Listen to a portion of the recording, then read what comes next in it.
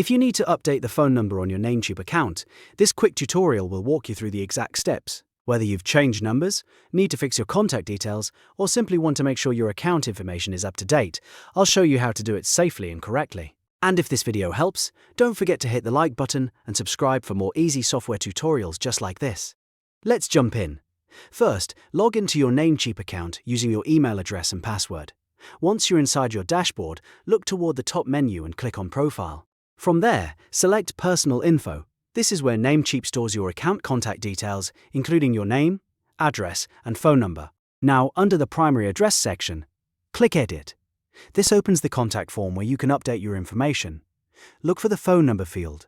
This is the exact field you need to change. Enter your new phone number carefully.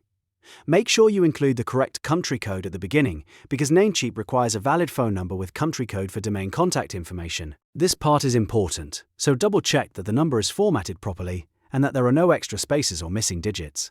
If you're updating this for domain registration or account verification, be sure the phone number is active and able to receive calls or messages if needed. A small formatting mistake can cause the update to fail, so take a second to review everything before saving.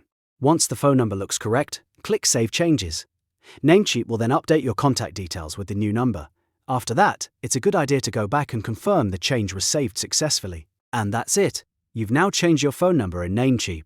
It only takes a minute once you know where to go, but it's an important update for keeping your account information accurate and your domain details valid.